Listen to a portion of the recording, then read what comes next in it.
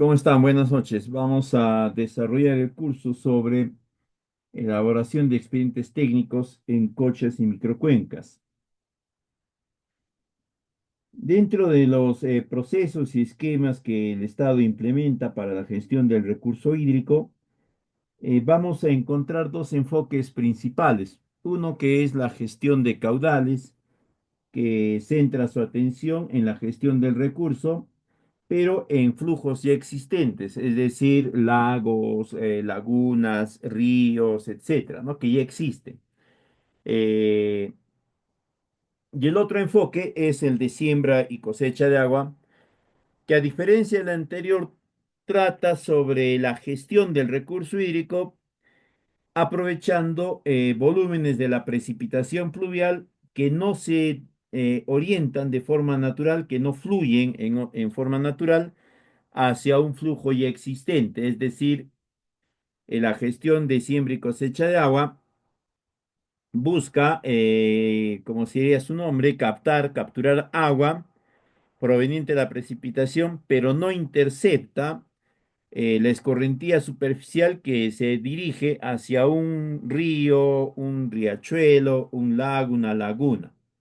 Entonces no afecta la disponibilidad hídrica natural que va a encontrarse en la cuenca, microcuenca, pero sí evita que el agua de la precipitación que no cae directamente sobre estos flujos o que por escurrimiento no va hacia estos flujos, no se termine perdiendo. Dentro de las muchas técnicas que se dispone para la gestión de siembra y cosecha de agua, tenemos una técnica importante que es la denominada cocha. Es la denominación, digamos, eh, autóctona, ¿no? Local que recibe una estructura y que tiene ciertas características, pero para nada la cocha, vayan a pensar ustedes que es una estructura especial creada por los pobladores del Perú antiguo, cosas similares, ¿ya? En la práctica, la cocha viene a ser una depresión natural vinculada a un terreno con un perfil de suelo fracturado que facilita la infiltración de agua y esta infiltración está conectada a un acuífero subterráneo. Esa es la cocha, ¿no?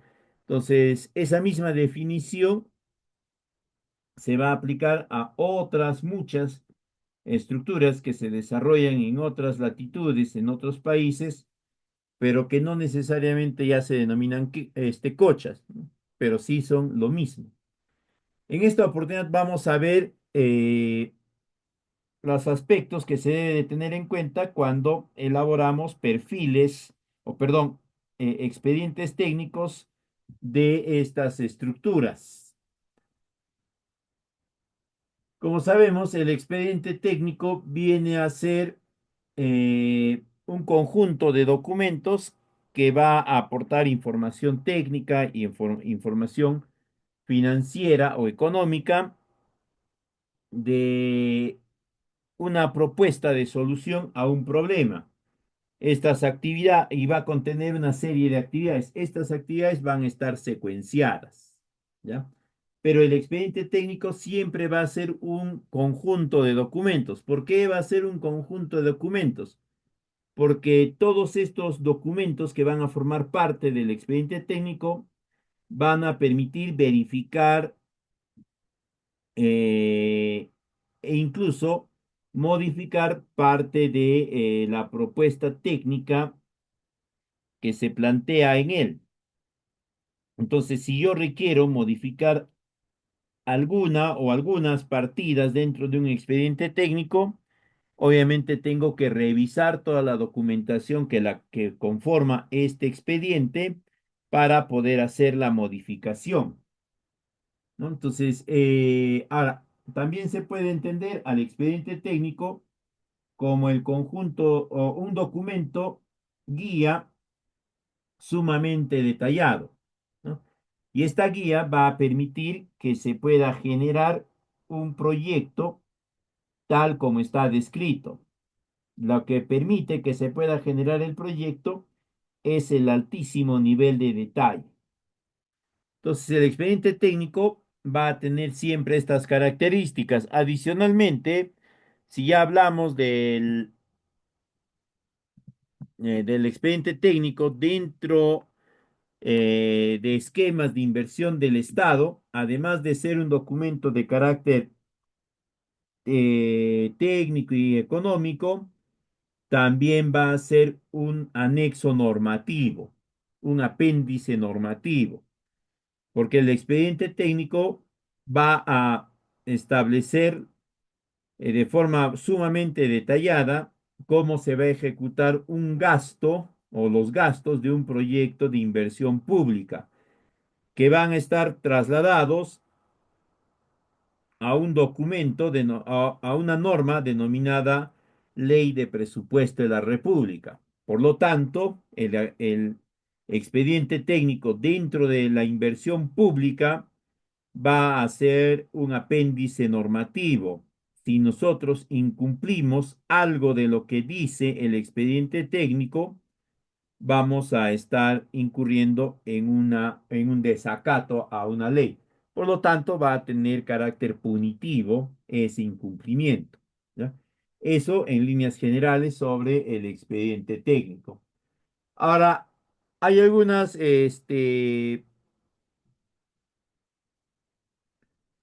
condiciones que deben de verificar antes de iniciar la elaboración de un expediente técnico. Primero, que hay una antigüedad no mayor a 3 años del estudio de preinversión.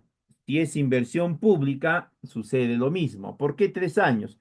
Porque en ese lapso de 3 años, los costos o los precios de los recursos que se considera en el expediente técnico pudieron haberse incrementado, ¿no? A niveles que podrían estar fuera de la capacidad o del ámbito de manejo del expediente técnico. Si hablamos de inversión pública y las cochas se van a generar eh, frecuentemente dentro de la inversión pública, esta debería estar considerada dentro de la programación multianual de inversiones. Eso va a garantizar que todo lo que se plantee en el expediente técnico se vaya a cumplir. Luego, siempre va a ser importante revisar toda la documentación que se haya generado antes de la elaboración del expediente técnico para tomar en cuenta si hay modificaciones, recomendaciones, etcétera, que deben de ser incorporadas ya de forma definitiva en el expediente técnico. ¿Por qué tendrían que estar incorporadas en el expediente técnico de forma definitiva? Porque el expediente técnico es un documento definitivo de inversión, ¿no? Entonces, si han habido variaciones que se tenían que hacer, deberían de estar ya incorporadas en este último documento, porque después de este ya no hay otro más. Y finalmente tendrían que verificar la pertinencia y oportunidad de la elaboración del expediente técnico y si también la entidad que va a promover, que va a patrocinar la ejecución del expediente cuenta con los recursos necesarios.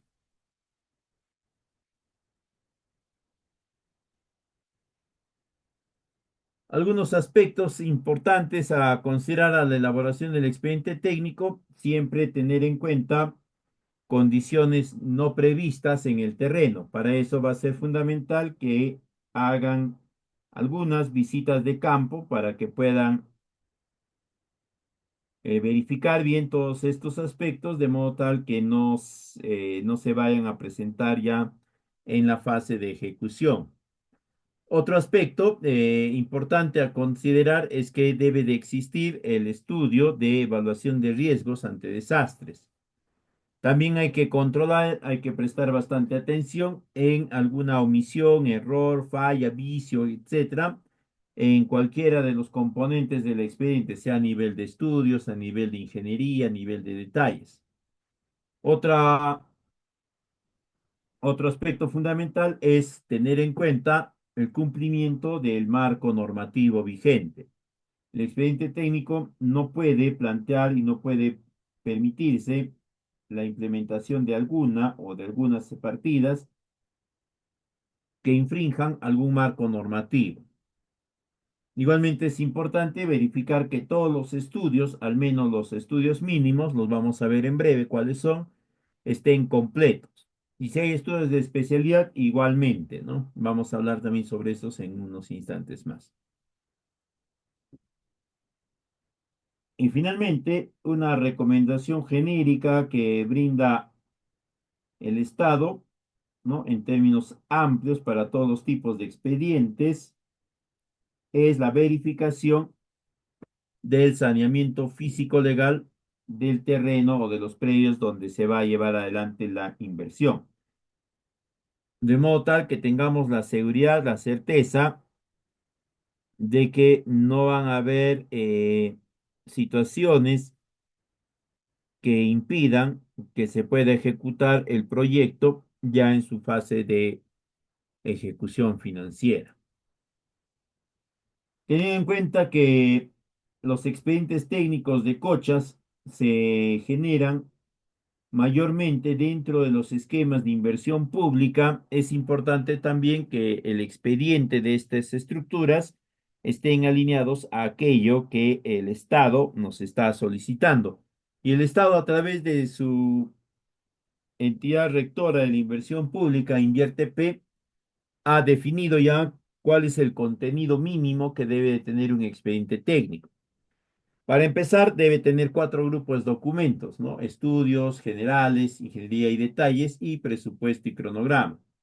En el grupo de estudios deben estar, como su mismo nombre lo dice, los estudios básicos y los estudios de especialidad que van a permitir luego establecer la memoria descriptiva y otros documentos adicionales.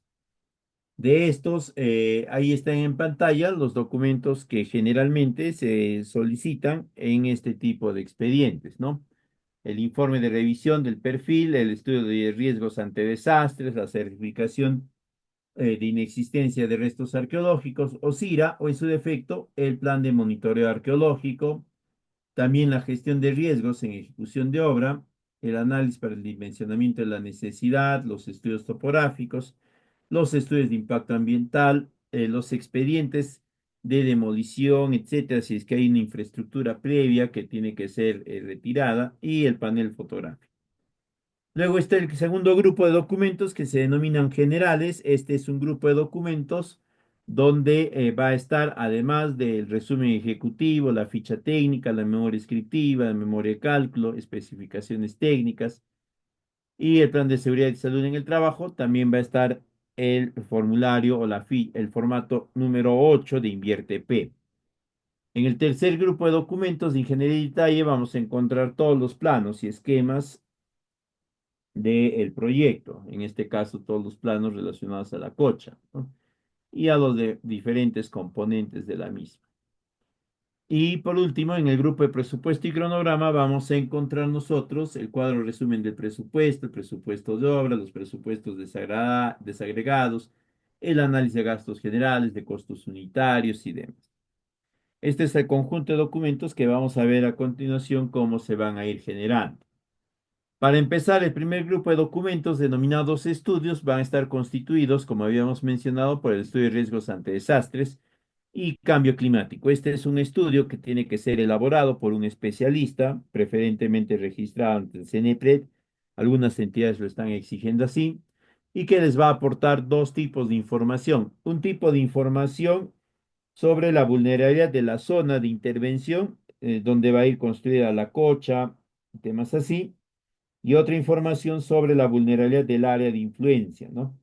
Y esta vulnerabilidad va a estar vinculada a la cantidad de dinero que el Estado tendría que disponer para poder hacer frente a un o algunos sucesos de desastre natural que podrían presentarse y que van a ser analizados y proyectados en este estudio. Luego tenemos el estudio de gestión de riesgos en ejecución del proyecto. Este es un estudio que tiene que ser conducido por todos los proyectos y que en la práctica eh, nos, nos, nos, nos permite hacer una serie de verificaciones para validar que el expediente técnico está bien elaborado. Se centra sobre la atención a 11 riesgos, ¿no? Riesgos de errores, riesgo de construcción, de expropiación, geológico, etcétera, que vamos a tener que verificar, ¿no? Y que no deberían de presentarse ya en la fase de ejecución para que el expediente se pueda implementar conforme está planeado, ¿no? Para este estudio tienen que gestionar y tienen que desarrollar el anexo 2 de OCE, la guía PMBOK, sobre análisis mediante matrices de probabilidad de impacto. Es un modelo bastante sencillo que les va a permitir definir rápidamente si hay algún riesgo y la forma de controlarlo. Luego tenemos el estudio de impacto ambiental. Este estudio va a establecer el nivel de incidencia que va a tener las diferentes partidas del proyecto con los factores ambientales de su entorno. Y de existir estas incidencias negativas, va a plantear una serie de medidas de mitigación, de atenuamiento, etcétera, ¿no? Es un documento obligatorio para todo tipo de inversión, público, privada, etcétera. No existe una sola inversión que se pueda eximir de la responsabilidad de esta. Luego vamos a encontrar el estudio agrológico. Este es un estudio que nos va a permitir establecer a través de una serie de cálculos y una serie de verificaciones el perfil del suelo y la capacidad de este de poder soportar o no determinadas actividades productivas. Nosotros tenemos una serie de modelos de estudio o de metodologías para determinar el estudio agrológico. Ya dependiendo de cada quien, utilizaremos una u otra. Pero lo importante, y esto sí presten atención, es que se pueda orientar el uso del agua proveniente de la cocha hacia algún tipo de actividad productiva que genere utilidades, ¿no? Que genere ganancias. De ahí tenemos el plan de seguridad y salud en el trabajo. Es un plan que va a ser elaborado también por un especialista y que va a plantear una serie de condiciones, una serie de adecuaciones para tener un ambiente de trabajo que sea seguro y sobre todo saludable, de modo tal que no vaya a verse afectada bajo ninguna forma la salud de los trabajadores. Tiene su procedimiento, por eso es que tiene que ser elaborado por un especialista para que él lo pueda conducir apropiadamente. De ahí tenemos el estudio de sostenibilidad. Es un estudio en el cual se va a describir cuál es la estrategia que va a permitir que en este caso la cocha pueda seguir operando, ¿no? Y sosteniéndose a sí misma a términos económicos a lo largo de los 10 años del horizonte de evaluación.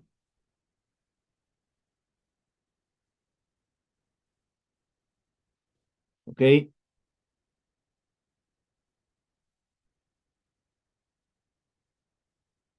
Acá van a establecer, van a describir ustedes si deben generarse alianzas estratégicas, suscribirse convenios con una, 5, 10 instituciones, etcétera, de modo tal que la cocha pueda operar al 100% a lo largo de los 10 años. Ojo, hay que recordar que la cocha es una estructura de siembra y cosecha de agua. Cuando se habla de siembra, se habla de captura de agua, ¿no? E infiltración, eso es siembra. Cuando se habla de cosecha, se habla de captura de agua y uso del agua, en este caso, en una actividad productiva que genere ingresos, ¿ya?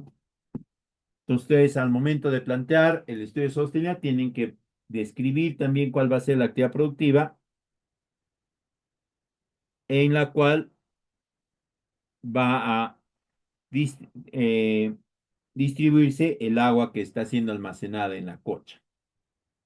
Y esta actividad va a permitir tener una cantidad X de ingresos que va a cubrir los costos de operación y mantenimiento de la cocha sin la necesidad de estar solicitando donaciones o estar, perdón, solicitando que el Estado cubra uno u otro gasto. ¿Ya? La propuesta tendría que sostenerse a sí misma económicamente.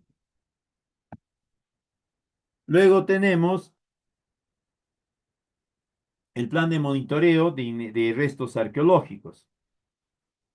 Acá no hay que confundir dos temas. Una cosa es es el CIRA, ¿no? La obtención del CIRA. El CIRA es un documento que indica que antes de la ejecución del proyecto no se ha verificado la existencia de algún tipo de resto arqueológico. El plan de monitoreo es un plan que va a permitir eh, definir si durante la ejecución del proyecto se descubrió, redescubrió, lo que quiera, algún tipo de resto arqueológico o patrimonio cultural, ¿no? Hasta ese momento de la ejecución del proyecto, o perdón, de la elaboración del expediente técnico, no se tenía conocimiento de que existiese algún tipo de patrimonio cultural en esa zona. Eso es el CIRA. Pero una vez que empezamos con la ejecución del proyecto, ¿no? Sobre todo de la cocha, que es una excavación, podría ser que estamos excavando y nos encontramos con los restos óseos de algún mamífero prehistórico. Entonces ya ahí nos damos cuenta que en esa zona sí existían restos arqueológicos, ¿no? Entonces el monitoreo lo que permite es establecer esa situación potencial. Lo va a elaborar también un especialista, ¿ya? Luego tenemos el estudio hidrológico a nivel de la cuenca o de la subcuenca. Generalmente es a nivel de la subcuenca, ¿no? Que nos va a permitir obtener la data histórica de las precipitaciones y con eso nosotros vamos a hacer los cálculos necesarios para el dimensionamiento de la cocha, para ver cuál va a ser el volumen de agua que se va a poder almacenar. También tenemos el estudio geológico, que es un estudio que va a permitirnos determinar las características de el perfil del suelo para identificar un horizonte que reúna las condiciones necesarias que permitan la instalación del dique de la cocha. Entonces, para eso se van a realizar calicatas y otros procedimientos más, a través de los cuales vamos a determinar si en el punto A, B, C o lo que fuese, se encuentran las condiciones para la colocación o la ubicación, perdón, del dique. Y finalmente tenemos el estudio topográfico, que es el estudio a través del cual se realiza el levantamiento topográfico en función a curvas de nivel y que en todo lo que es el vaso de la cocha deberían o podrían realizarse máximo cada 50 metros. En tanto que donde va a estar el eje del dique, este levantamiento se debería realizar cada 5 metros. Finalmente, la escala va a estar en función ya al tamaño de la cocha, ¿no? Eso ya lo van a definir el especialista conjuntamente con el topógrafo encargado. Este es el grupo de documentos denominados estudios. Estos estudios van a permitir luego darle dimensiones específicas a la cocha.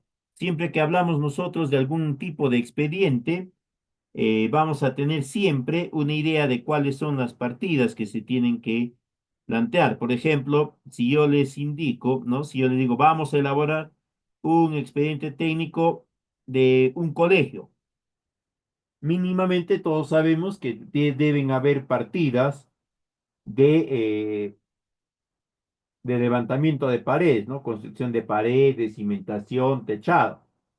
No es que alguien me va a decir, uy, caramba, ahora no tengo ni la menor idea de cuáles serán las partidas. ¿Qué es lo que nos falta? Lo que nos falta es definir las dimensiones de varias de las partidas o de todas ellas. Para eso están los estudios. Los estudios van a darnos información para definir las características, ¿no? Cuantitativas principalmente de cada una de las partidas. Por ejemplo, dice que vamos a necesitar ambientes, ¿no? De una altura X, entonces diré que las paredes de mi colegio tendrán pues 3 metros de alto, ¿no? Serán de 5 metros de largo, el, eh, y así. Entonces ya con esa información yo voy definiendo las características de la partida. Es la partida de paredes, pero ya la pared tiene unas dimensiones. Los estudios van a permitir eso. Una vez que tenemos todos los estudios, podemos pasar ya a la elaboración del expediente. Primero vamos a encontrar el ítem de generalidades. Acá se tiene que colocar todo lo que es la responsabilidad funcional, según el anexo 2 de Invierte P. Y también van a ir indicando acá cuáles son el objetivo del proyecto, sus componentes, sus metas y los montos de inversión. Y si hay aportantes, el porcentaje que cada uno de ellos, ¿no? Acá lo pueden hacer en forma tabular, es decir, en forma de cuadro, o lo pueden hacer de forma descriptiva. Luego vienen los antecedentes. En los antecedentes nosotros vamos a indicar cuáles son las experiencias previas al proyecto y que han tenido o no impacto positivo, negativo, etcétera. La idea es acá describir estos eventos anteriores para establecer puntos de control para verificar la pertinencia o no de la propuesta. Además de eso, también en estos antecedentes, ustedes van a indicar lo relacionado a la revisión de la documentación que ha dado pie al expediente técnico. Si ahí se ha indicado que se tienen que hacer ampliaciones, mejoras,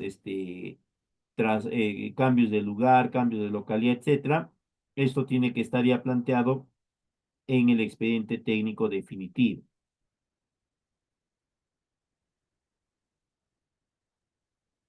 Luego viene el ítem de objetivos y fines. Este ítem tiene que tener relación con el ítem de objetivos en el estudio de preinversión.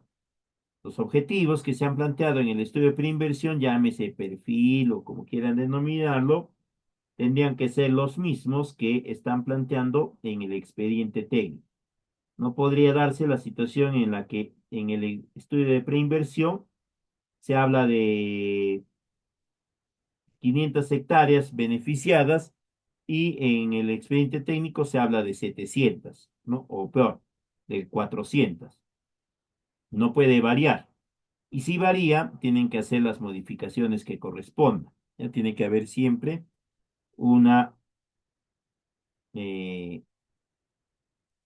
una constante en esta información. Lo que sí van a hacer acá es describir un poco más los objetivos y también, de ser factible, pueden plantear algunos indicadores parciales, ¿no? Por ejemplo, el objetivo del proyecto es la construcción de 5 cochas, ¿no? Y acá podemos plantear que el primer mes o la primera quincena, los primeros 20 días, se construyen 3 cochas, los siguientes 20 días otras 3 cochas, así, ¿no?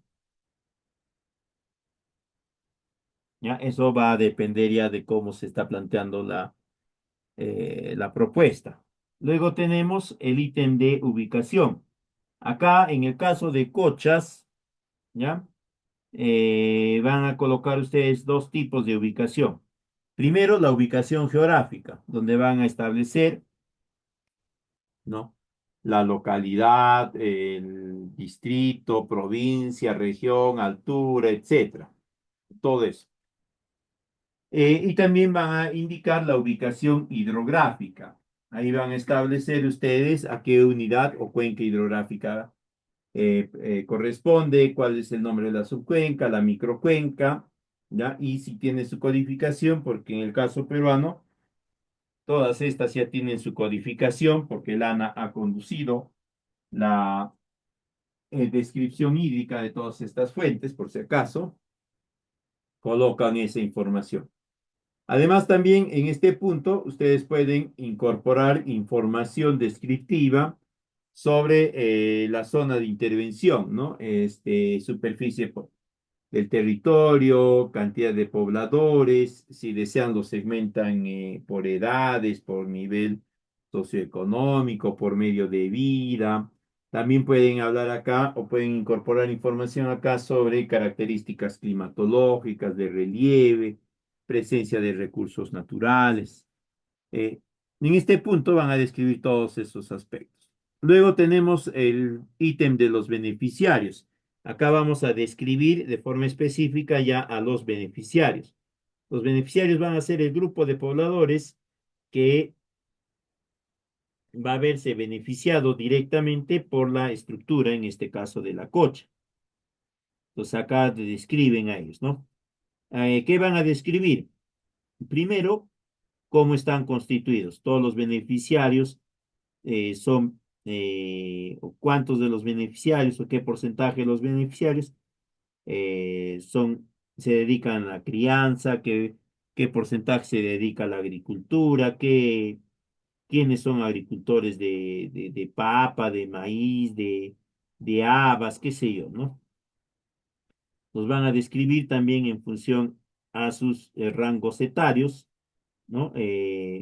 A su nivel socioeconómico, a su nivel educativo.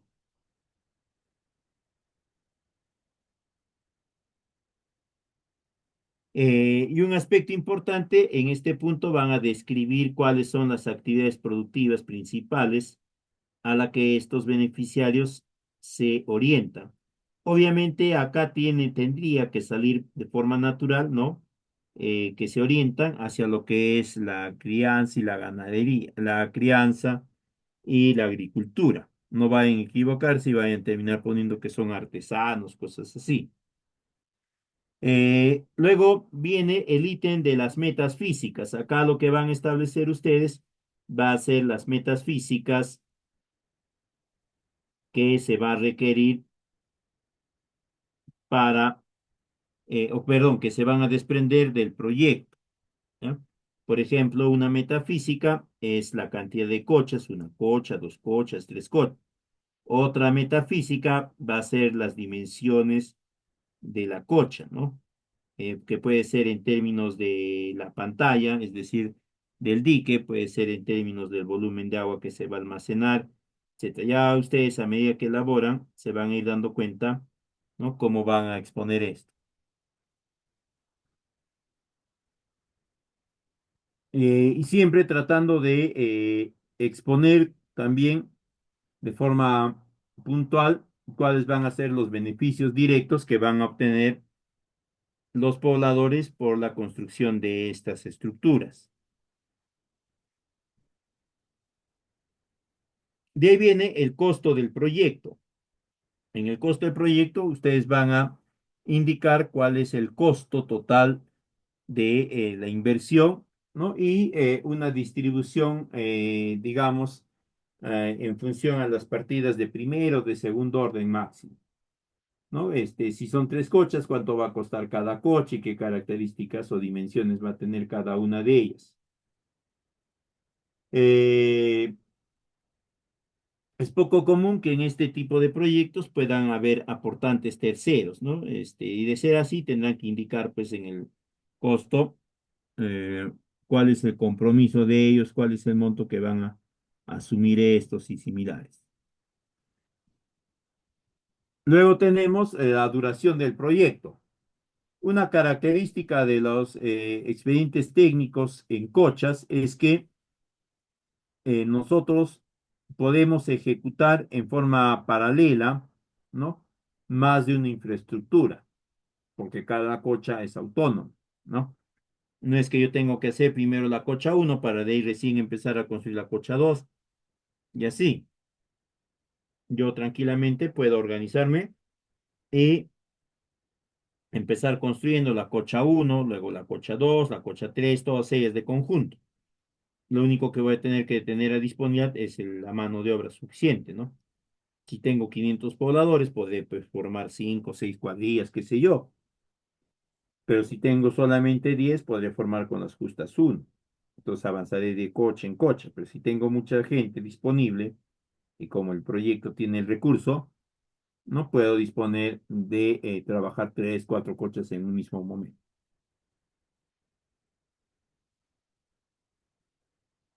De ahí viene la descripción del área de recarga.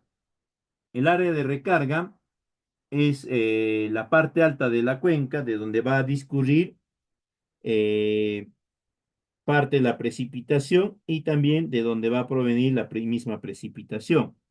La van a describir en términos netamente ambiental, ¿no? Es decir, la temperatura, la cantidad de agua que va a provenir de esta zona o de estas zonas, en qué meses va a ser, qué volúmenes de agua se va a incorporar, etcétera. Luego viene la descripción de la unidad productora existente. En este caso de Cochas, la unidad productora viene a ser toda la microcuenca o toda la zona de recarga. Entonces van a describir también esta. Ah, ya me olvidaba. La unidad productora, en el caso de Cochas, además de la zona de recarga, es decir, de la zona de donde se va a ir acumulando el agua, también va a comprender a la zona de aprovechamiento, es decir, la zona donde se va a utilizar el agua que se va a ir almacenando en la cocha. ¿Ya? Tiene esta característica, este tipo de proyectos en cochas, que la unidad productora, ¿ya?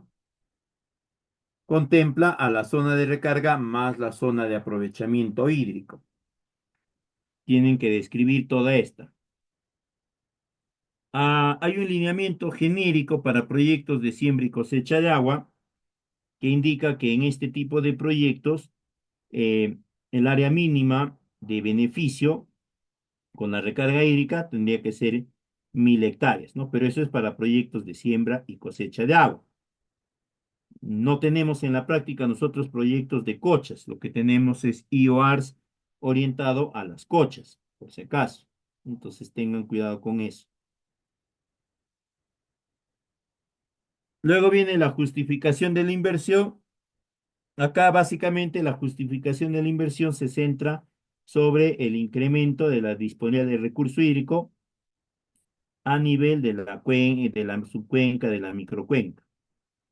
Y vinculado a esto, obviamente siempre tienen que indicar ustedes que va a haber generación de beneficios económicos, ¿ya? Esa es una característica de este tipo de proyectos. De ahí van a hacer la descripción de los impactos ambientales. Eh, Acá van a indicar ustedes cuáles van a ser las partidas vinculadas a la mitigación ambiental o al manejo, la gestión ambiental, estableciendo para empezar, ¿no? A qué estructura pertenece, si son varias cochas, ¿no? O no. Y también cuáles son los costos aproximados, o perdón, los costos que va a requerirse para estas acciones de mitigación ambiental. De ahí vamos a pasar a la elaboración del expediente técnico, la parte de ingeniería y detalles, ¿no? En esta parte donde nosotros vamos a ejecutar o vamos a describir el diseño de la cocha. Para empezar, vamos a precisar cuál es el planteamiento de la inversión, ¿no? En otras palabras, hacia qué se orienta, qué volumen de agua se va a captar, se va a almacenar, en qué tiempos, cómo se va a emplear ese volumen de agua almacenado, cuánto por ciento del mismo va a orientarse a la recarga hídrica y cuánto por ciento del que queda va a orientarse a algún tipo de actividad productiva. Recuerden que siempre tienen que orientar el uso de parte del volumen de agua contenido a la atención de, de la demanda hídrica. De ahí viene ya el diseño de las cochas mejoradas, ¿no? Acá ustedes tienen que revisar los lineamientos técnicos que ha emitido la entidad sectorial relacionada a este tipo de estructuras. Van a revisar dos. Hay unos lineamientos que ha establecido el Fondo Sierra Azul para cochas, pero hay otro lineamiento, creo que data del 2016, que ha establecido el Midagri para diferentes estructuras hidráulicas, dentro de ellas pequeñas y medianas represas de tierra. Y la cocha es una represa de tierra, pues, ¿no? Se puede llamar cocha o como quieran, pero es una represa de tierra. Entonces, ciñanse a esos dos documentos técnicos. En términos bastante simples, no debemos de olvidar que la cocha es un dique de tierra, por lo tanto tiene las siguientes partes, ¿no? Tiene una cimentación, que es un corte que va enterrado en el horizonte del suelo. Tenemos el cuerpo de la cocha, que es todo el conjunto de materiales acomodados o compactados, dependiendo del tipo de cocha.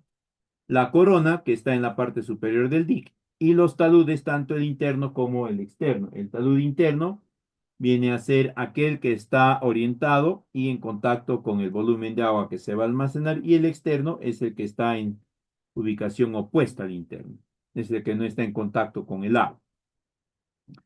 Cada uno de estos tiene sus criterios, ¿no? Hay algunas consideraciones que debemos de tener en cuenta al momento de diseñar las cochas. Primero, definir cuál de los tipos de cochas va a ser. Nosotros técnicamente, o mejor dicho, para nuestro caso, la entidad eh, que conduce este tipo de estructuras, ¿no? Ha definido cuatro tipos de cochas, o tres, y uno alternativo. Tipo uno, tipo 2 y tipo 3. El tipo uno es una cocha, o perdón, es un dique que está conformado totalmente por material compactado, material suelto compactado, ¿no? El tipo 2 es un dique que está conformado en su núcleo por material suelto compactado y en los taludes por roca acomodada. Y el tipo 3 es un dique que está constituido totalmente por roca acomodada. También se va a ver aspectos relacionados a la fundación. Ahí recuerden que el- la cimentación tiene que tener aproximadamente una profundidad de un metro y medio. El ancho de la cresta. El ancho de la cresta debe ser mínimamente de 2 metros. Eso va a permitir que se puedan realizar las actividades de operación y mantenimiento sin ningún tipo de dificultad. Luego está la pendiente de los taludes. Esto va a estar en función a un conjunto de cálculos que vamos a ver dentro de un rato. Y el control de las filtraciones.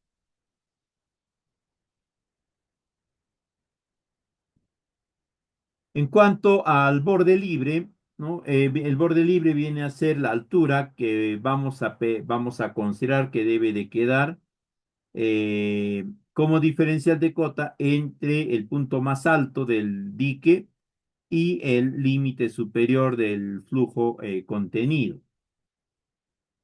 Para determinar apropiadamente el borde libre, nosotros tenemos que considerar algunos factores, por ejemplo, el efecto de los vientos, la acción de las olas, el efecto de los sismos, el asentamiento de la presa y finalmente un factor de seguridad de 3% de la altura de la presa para garantizar que exista un espacio libre que garantice que no vaya a verse rápidamente sobrepasada la capacidad del dique. En cuanto al ancho de la corona o de la cresta, ya hemos comentado, debe tener aproximadamente 2 metros de ancho. Este ancho va a permitir que se puedan realizar las diferentes actividades de operación y mantenimiento. Podría tener hasta 3 metros de ancho. Por lo general, el criterio que se maneja es que el mismo ancho de la corona es el ancho de la fundación o de la cimentación, ¿ya? Eh, Otro aspecto del diseño que tienen que considerar ustedes es el alineamiento del eje. Eh, Se recomienda que se hagan los esfuerzos necesarios para que este alineamiento siempre sea recto, ¿no? Eso va a permitir que el diseño sea menos complejo, que se requiera menos conjunto de cálculos el proceso constructivo también sea mucho más sencillo. Sin embargo, vamos a encontrar que van a haber situaciones donde no va a ser factible bajo ningún tipo la ejecución o el planteamiento de un diseño recto, ¿no? Entonces se tendrá que plantear un diseño en curva y de ser así, siempre tienen que considerar que el lado convexo esté siempre orientado hacia la zona de infiltración. Eso va a permitir que las fuerzas de compresión se orienten hacia los núcleos de los estribos, dándole la estabilidad necesaria al dique. De lo contrario, ¿no? El dique no va a tener la estabilidad y va a terminar eh, colapsando mucho antes de lo planteado, ¿no?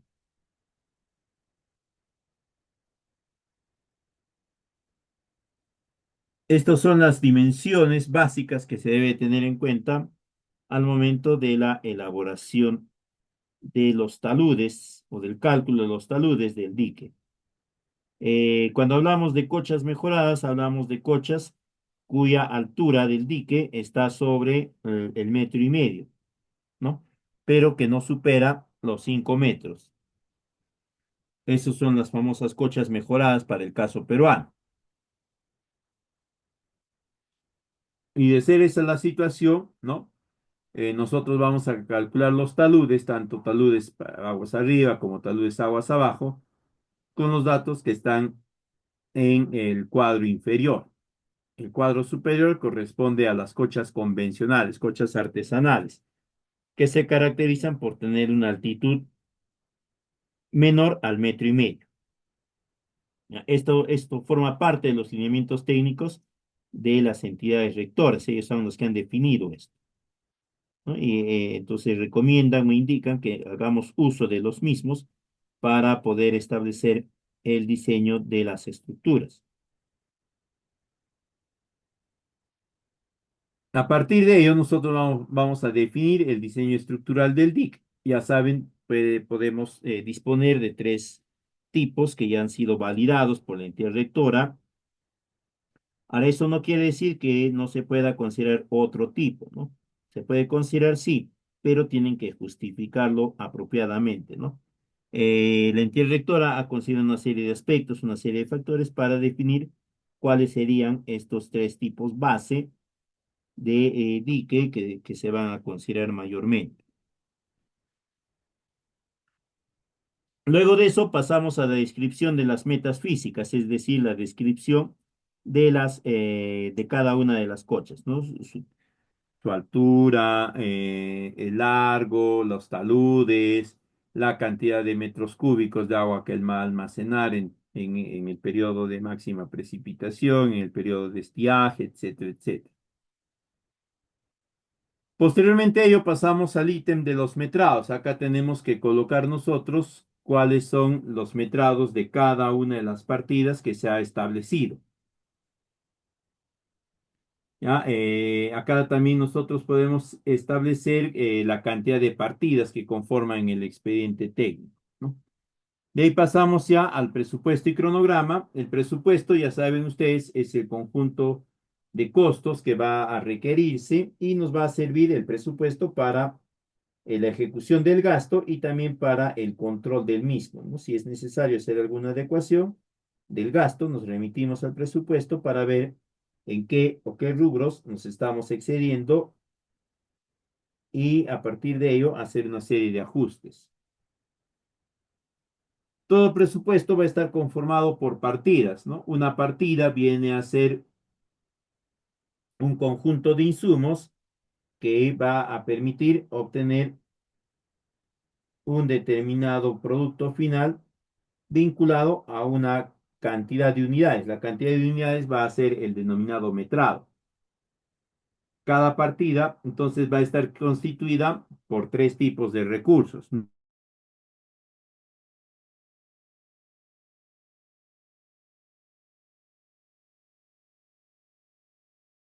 Actuar de forma, en cantidades distintas, en condiciones diferentes, y nos va a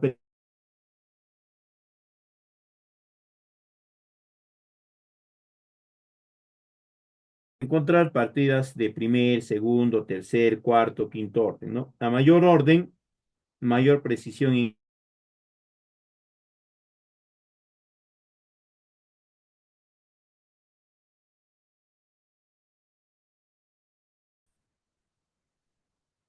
Ahora, una vez que hemos elaborado el presupuesto,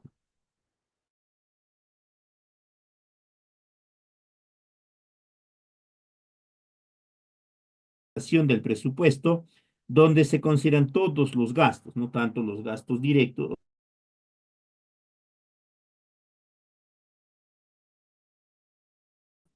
siempre nos va a alcanzar información sobre el costo total que tiene el proyecto,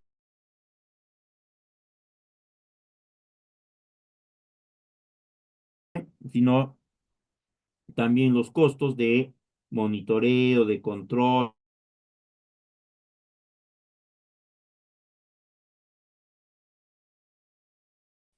Luego vamos a tener el presupuesto analítico. Este es un esquema de presentación de,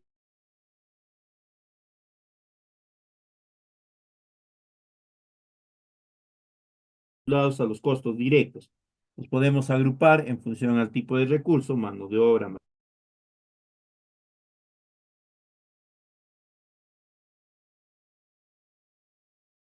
generales, de lo que es costo de supervisión, de liquidación, de monitoreo, nada.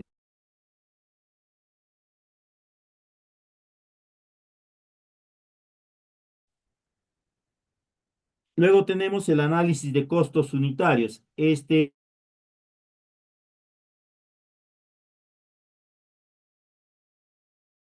sumamente desagregado. Es uno de los componentes principales del proyecto, porque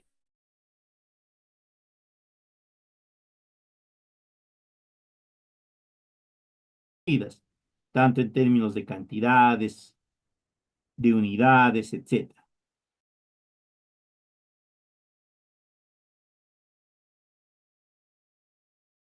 Luego tenemos el presupuesto analítico de los gastos generales. Acá nosotros vamos a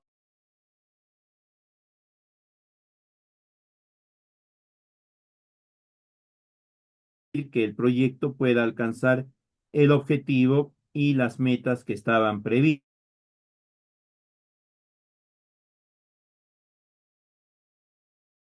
Los gastos de la residencia, los gastos de la supervisión, los gastos de liquidación,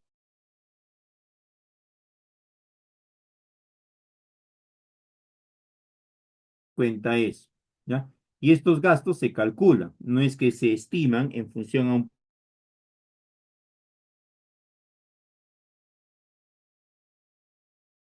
puntaje, eso sí. De ahí tenemos el cronograma de ejecución.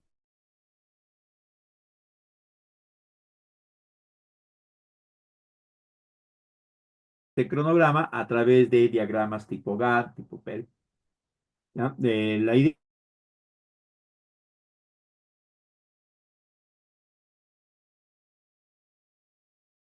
cuáles van a ser las actividades y qué periodo de tiempo le va a tomar a cada una de ellas. Ya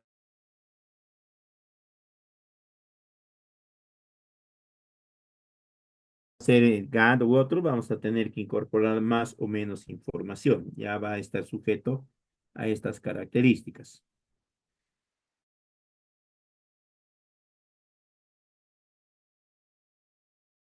Oye, tu cronograma no puede simplemente contemplar 2 meses y todo el periodo de ejecución del proyecto son 4 meses, ¿no?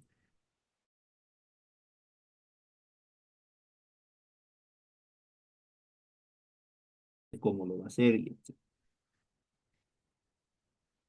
Ahora,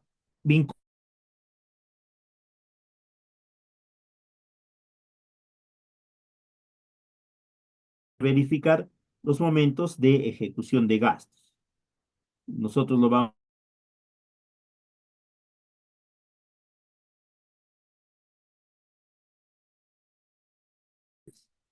si es en el marco del Estado, la recomendación es que siempre se agrupe por trimestres, ¿no? Porque el Estado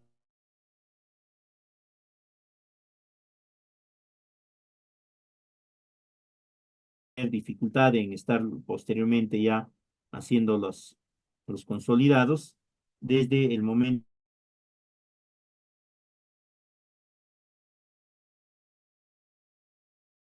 Los dos se va a devenir los cronogramas de requerimientos, tanto de materiales como de personal.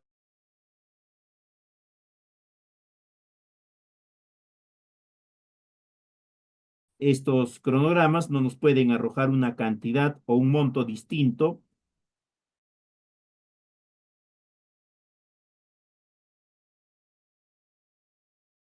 Ahora, lo otro que deben de tener en cuenta en estos cronogramas es que tienen que ser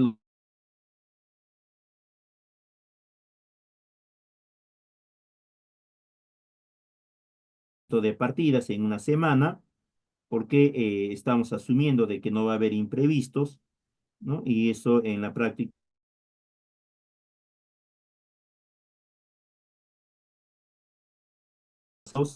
ni muy ajustados, ni tampoco muy, este, y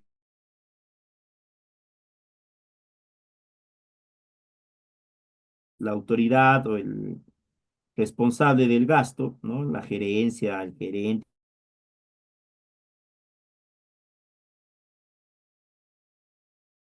presupuestos a un determinado monto, un determinado periodo de tiempo. Pero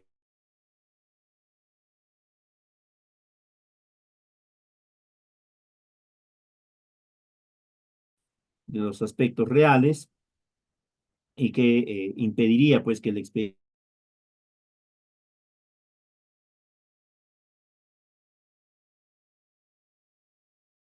va a ser responsable de que éste se pueda materializar.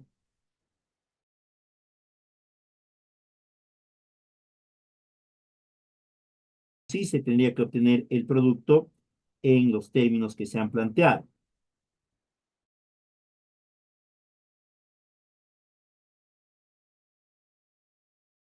Técnicas, en algunos casos de materiales, en otros de procesos constructivos, sean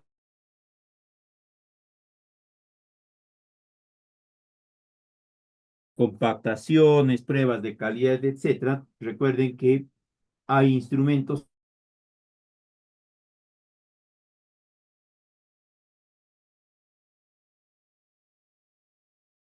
para vincular este tipo de proyectos, tienen que buscar ustedes en otros sectores.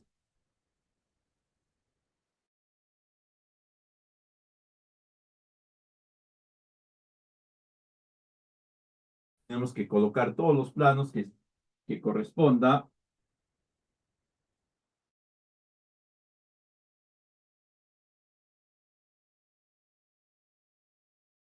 la cocha, ¿no? ¿Cuáles son los elementos de la cocha? Además del dique, ¿no?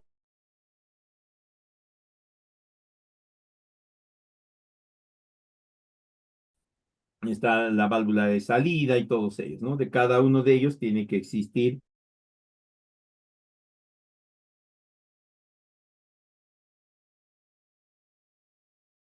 complejidad de la obra, ¿no? Mayor cantidad de planos. En cochas mejor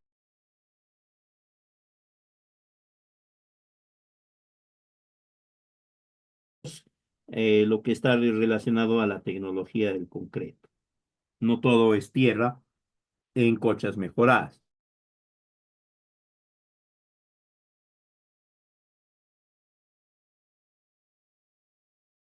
Utilizar la capacidad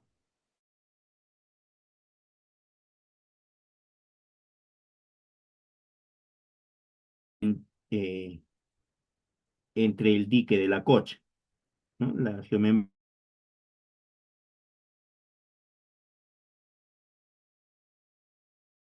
Ustedes todos los planos necesarios, todos los estudios detallados,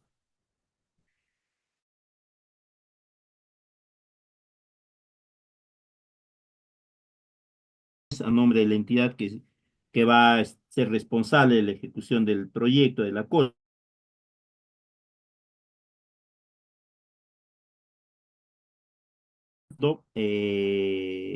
el uso del agua de la cocha, alguna actividad productiva,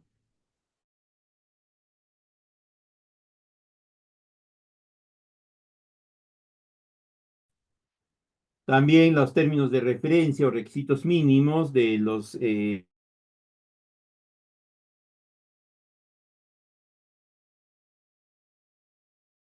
de ser el caso y si la entidad les indica, también tendrían que considerar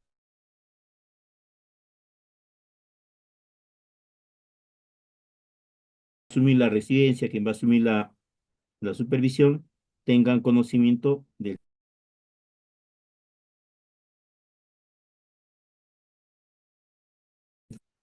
Bien, sería todo de mi parte. En esta ocasión, si tuviesen alguna consulta, quedo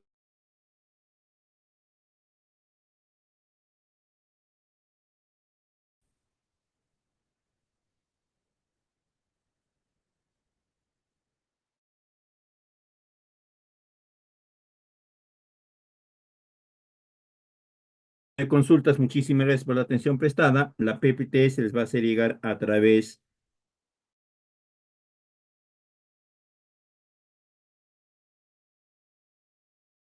de la ejecución de cochas. Yo se lo voy a compartir para que les pueda trasladar